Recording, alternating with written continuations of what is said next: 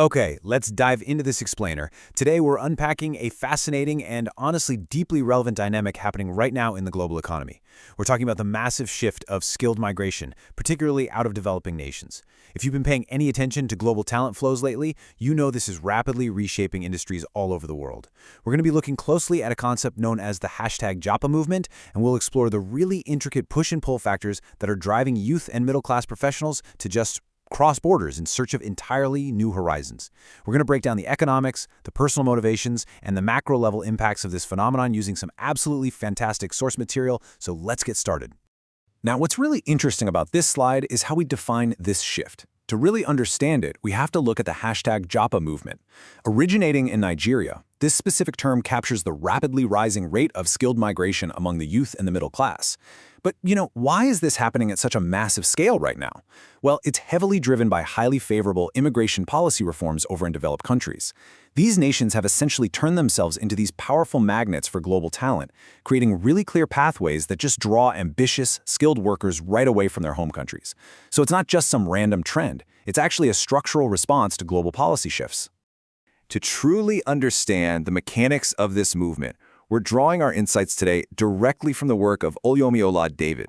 She is a prominent Nigerian policy influencer who's deeply concerned with global development and transformation. And what I absolutely love about her approach is that she doesn't just look at dry statistics, right? She looks at the human element. She identifies as someone who loves people and genuinely enjoys generating solutions to influence strategy and provide clarity on these massive global shifts. Throughout this explainer, we'll be looking at exactly how she grounds macroeconomic theory in a very specific, humanizing perspective. Ola-David actually begins by asking a really pointed, very real question. Are you stifled by rising inflation rates and inequality of opportunities? She poses this directly to residents, citizens, or even just keen observers of developing countries, particularly in Africa. And it's such a powerful hook because it immediately grounds the economic data in lived reality. I mean, think about it. When inflation eats away at your purchasing power every single day, and when structural inequality literally blocks your path forward, migrating isn't just some abstract economic concept anymore. For the people she's describing, it becomes a deeply personal, urgent consideration. When looking at why these individuals actually pack up and leave, she outlines a really compelling set of motivations. For a lot of skilled workers, international migration is seen as the absolute best pathway to human capital development and, wider work opportunities. They want to grow, and they want the social protection that more developed economies often provide. But look at that fourth point on her list. It's incredibly striking. Soul peace. She highlights that right alongside the desire for a steady rise in living standards, there is this profound human pursuit for stability and internal peace.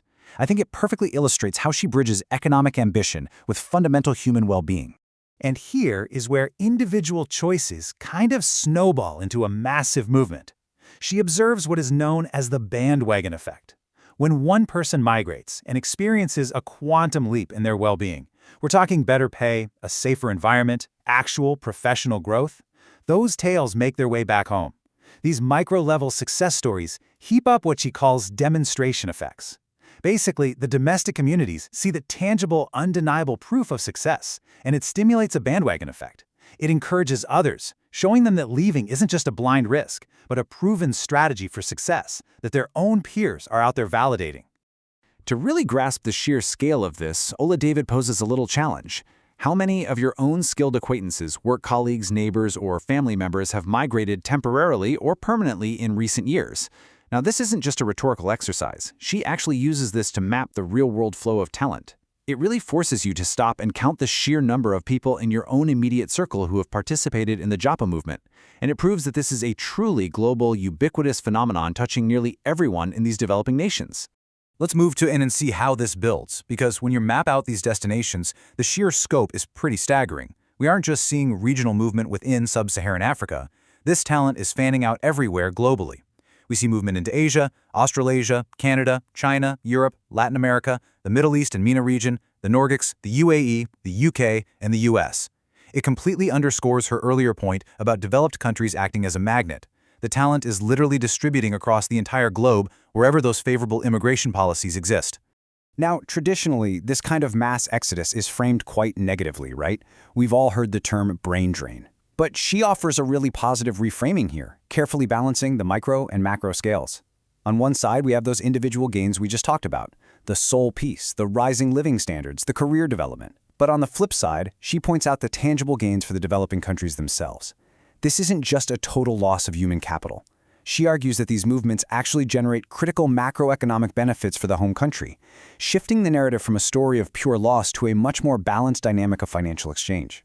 So the crucial point is, how exactly does that money flow back? Well, it happens through several vital channels. She breaks down these short to medium-term financial inflows really clearly for us. We're talking about remittances, money sent directly back to families. We have general financial transfers and portfolio investments from a newly affluent diaspora looking to invest back home. And, let's not forget diaspora tourism receipts, migrants returning for holidays, bringing foreign currency with them. She makes a really compelling case that this diaspora essentially acts as a vital, distributed economic engine for developing nations, just steadily pumping capital back into the domestic economy. However, she does issue a very stark warning to policymakers regarding this economic engine. As global value chains become increasingly integrated across borders, she emphasizes that any policy mechanisms that frustrate the free flow of these remittances are a massive drawback on development.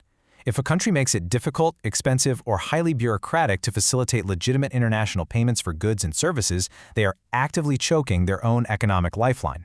Her message is crystal clear. Developing countries absolutely must ensure frictionless financial channels if they want to fully capitalize on the JNAFRA movement. Of course, she totally acknowledges that making these smooth, effective policies is a lot easier said than done right now. She frankly notes the immense, impartial reality of current global macroeconomic management. Development and policymaking in developing countries have become vastly more difficult due to some massive recent roadblocks. Specifically, she points to the lingering economic devastation of the COVID-19 pandemic and the widespread supply chain and inflation shocks caused by the Russian-Ukraine invasion. These crises create a highly volatile environment, making it incredibly challenging for policymakers to stabilize their local economies and retain that talent. And this brilliantly illustrates why, despite these massive global roadblocks, she doesn't end on a note of defeat at all. Her message is actually a rallying cry. Listen to this quote from her. "Nonetheless, we must commit and continue to build safe, resilient, stable, and sustainable economies for the good of all. Yes, we can."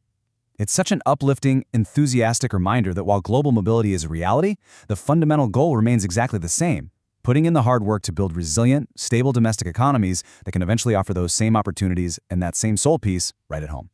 Which brings us to the end of this explainer and to a final pretty pressing question for you to consider based on her insights. How will your local economy adapt to the reality of global talent mobility? Will it try to build walls, or will it build bridges to the diaspora while working to improve domestic resilience? Because the JAPA movement, it's not slowing down anytime soon.